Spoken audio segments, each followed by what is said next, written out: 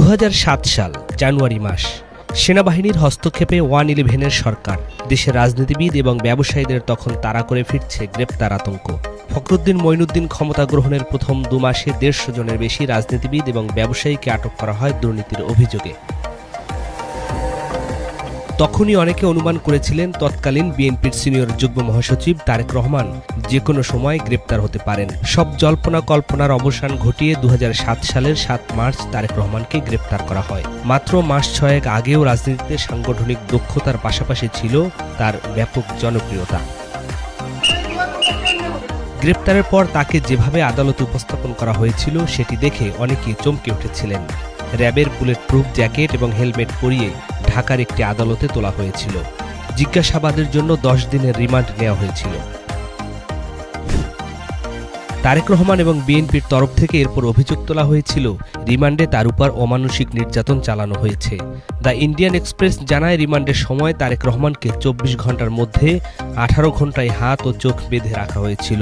বেঁধে রুমের ছাদের সাথে ঝুলিয়ে আবার ফেলে দেওয়া হয় এবং শারীরিকভাবে নির্যাতন করা হয়। কারাগারে থাকা অবস্থায় নির্যাতনের অভিযোগ তখন বেশ জোরালোভাবে দলের পক্ষ থেকে তোলা হয়েছিল।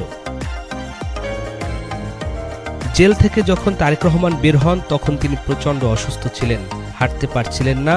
হুইল চেয়ার ছিল তার চলাচলের একমাত্র সম্বল। তার দল বিএনপি বলছে তারেক রহমানের জীবননাশের শঙ্কা দেখা দেয়।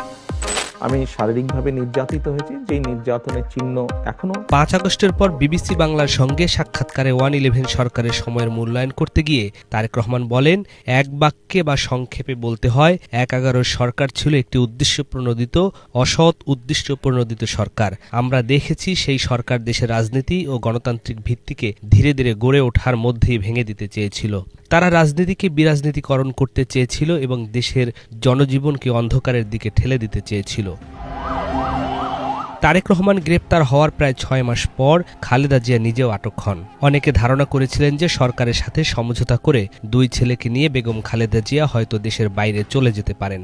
সকলের অনুমান ভুল প্রমাণিত হয়। সরকারের প্রবল চাপ উপেক্ষা করে কোনো দেশে না গিয়ে দেশেই থেকে যান বেগম খালেদা জিয়া।